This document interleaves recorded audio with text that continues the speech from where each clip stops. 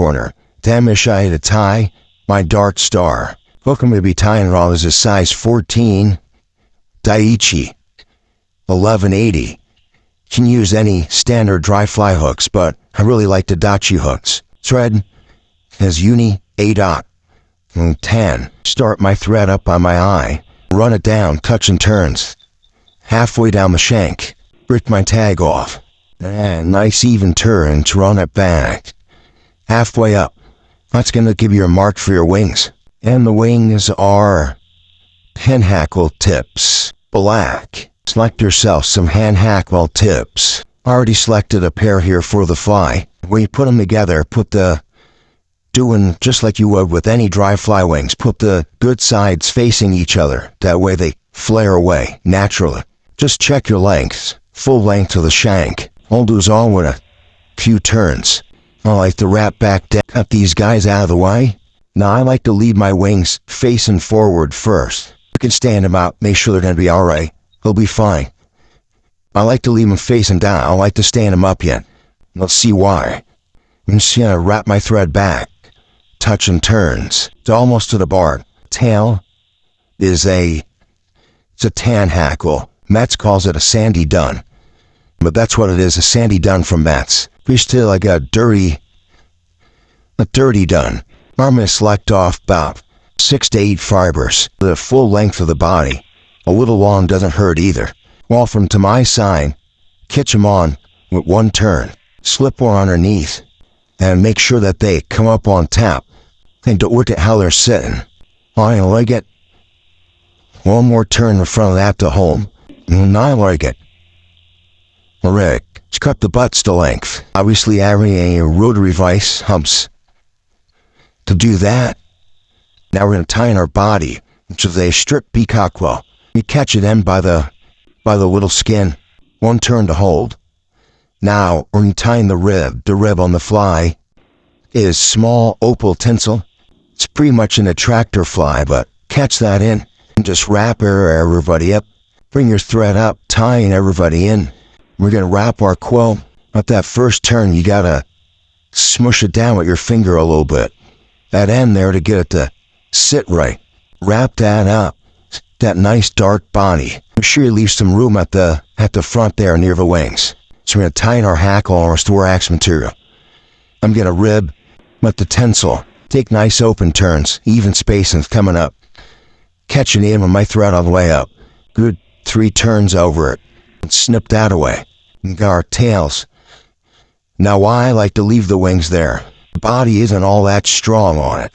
Very light coating with some varnish on it. Helps it last hell of a lot longer. Cause believe it or not, this fly, I tend to lose these flies. They work exceptionally well. And I always tend to lose them when I fish them for some reason. It's almost like I have a chafes hunt on fishing them. But you want that little bit of varnish on there to help hold it together, because it will catch you plenty of fish. We're going to let that dry a sec. Blow on her a little bit. Meantime, I'll tell you about the hackle. The hackle also is going to be a sandy dun. I've used regular dun. They work as well. But the sandy dun's a nice color with the rest of the theme. So we got a sandy dun, and then in the thorax, I'm going to be using peacock girl. This one's been dyed black, and it has a real nice red chrome effect to it when it's dyed black. We should be good. And I'm going to stand my wings up. They don't want to separate. You can just push down with yourself. Now don't worry if you got little bits of hackle fibers all sticking all different ways and whatnot. That's basically how it goes when you tie hackle tints. We are wing stood up. Now I'm going to tie in my hackle and put that stem right in between the wings. Anybody that you trapped on the other side, you can just snip off. You don't like them. Now I'm going to tie in the peacock roll. I don't want too bushy a peacock roll, so I select one from up towards the eye. All you need is one hurl. I usually break the tip off. Just keep pulling on until it doesn't want to break, and then I snip that little bit off. I'm going to offer this way too much than I need. That would have to be trimming. I'm going to take a loose turn then pull it in to lengths where I need it. Wrap that back. Now I'm going to bring my thread forward. You way stick it for the eye at this point, just chop them off. I'm going to wrap my peacock roll down. Wrap it forward till you get right up against the wings. Hold your wings back. Or right in front of them. We need one turn in the front. I have to take one turn to bring the thread forward and just wrap it right on back, tucking everybody in. Just come back. Out like a wad of hackle on this fly. And do 2 turns behind the wings. Be sure it's tight and good.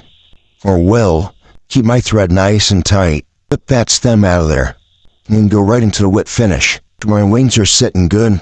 Look at the fly.